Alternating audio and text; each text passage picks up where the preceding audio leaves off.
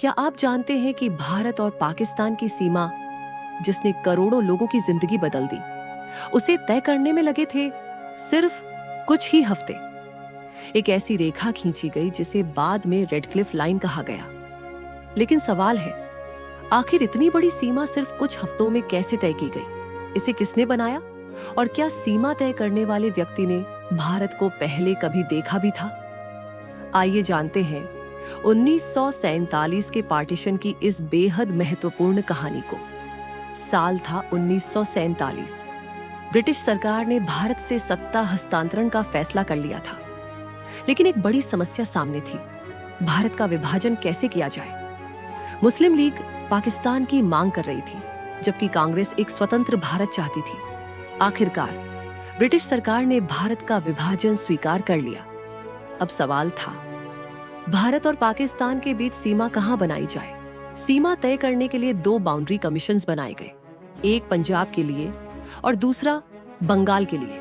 इनका काम था यह तय करना कि कौन से इलाके भारत में जाएंगे और कौन से पाकिस्तान में, और इन दोनों की अध्यक्षता एक ही व्यक्ति को दी गई, sir Cyril Radcliffe. Cyril Radcliffe एक ब्रिटिश वकील थे। उन्हें भारत की सीमा तय करने की जिम्मेदारी दी गई। लेकिन सबसे हैरान करने वाली बात यह थी कि उन्होंने इससे पहले भारत की यात्रा तक नहीं की थी। यानी जिस देश का विभाजन करना था, उसकी जमीन और सामाजिक परिस्थितियों से वे लगभग अपरिचित थे। फिर भी उन्हें एक ऐसी सीमा तय करनी थी जो करोड़ों लोगों के भविष्य को बदलने वाली थी। रैडक्लिफ को बहुत कम समय दिया गया।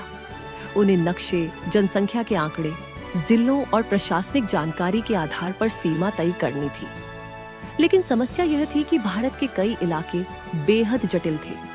एक ही जिले में अलग अलग धर्मों के लोग रहते थे। कहीं हिंदू और सिख आबादी ज्यादा थी, तो कहीं मुस्लिम आबादी। इसके अलावा नदियां, रेलवे लाइनें, सड़कें, जमीन और प्रशासनिक सीमाएं भी ध्यान में रखनी थी। इसलिए कोई भी फैसला आसान नहीं था। रैडक्लिफ और बाउंड्री कमीशन ने उपलब्ध नक्शों और जनसंख्या के आंकड़ों का अध्ययन किया। मुख्य रूप से यह देखा गया कि अलग अलग इलाकों में धार्मिक बहुसंख्यक आबादी किसकी है। लेकिन सिर्फ धर्म ही एकमात्र आधार नहीं था। आर्थिक और प्रशासनिक परिस्थितियों को भी ध्यान में रखा गया।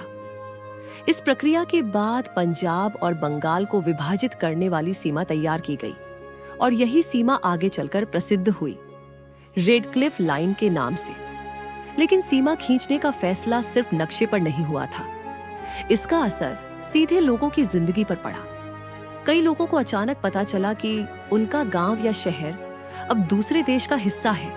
लाखों लोग अपना घर छोड़कर भारत या पाकिस्तान की तरफ जाने लगे। इतिहास में यह दुनिया के सबसे बड़े मास माइग्रेशंस में से एक बन गया। लोगों के पास अक्सर सिर्फ उतना सामान था जितना वे अपने साथ ले जा सकते थे। कई परिवार बिछड़ गए और पार्टीशन के दौरान भयानक हिंसा भी हुई।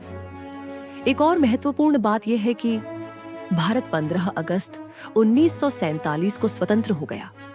लेकिन रैडक्लिफ अवार्ड को आधिकारिक रूप से 17 अगस्त 1947 को सार्वजनिक किया गया। यानी भारत और पाकिस्तान के स्वतंत्र होने के बाद लोगों को आधिकारिक रूप से पता चला कि सीमा वास्तव में कहां खींची गई है।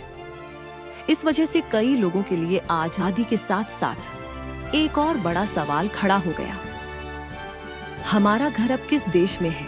रैडक्लिफ लाइन सिर्फ नक्शे पर खींची गई एक रेखा नहीं थी। इसने गांवों को बांटा, जमीनों को बांटा, रेलवे लाइनों को बांटा, परिवारों को अलग किया और लाखों लोगों को अपना घर छोड़ने पर मजबूर कर दिया। 1947 का पार्टीशन इसलिए सिर्फ दो देशों का राजनीतिक विभाजन नहीं था। यह करोड़ों लोगों के जीवन में आया एक बहुत बड़ा बदलाव था। तो भारत और पाकिस्तान की सीमा आखिर इतनी जल्दी कैसे बनी? जवाब है, 1947 में बाउंड्री कमीशंस बनाए गए। सिरिल रेडक्लिफ को उनकी अध्यक्षता दी गई और बहुत कम समय में उपलब्ध नक्शों, जनसंख्या और प्रशासनिक जानकारी के आधार पर पंजाब और बंगाल की सीमाएं तय की गई। और इस तरह कुछ ही हफ्तों के काम ने दक्षिण एशिया का नक्शा हमेशा के लिए बदल दिया।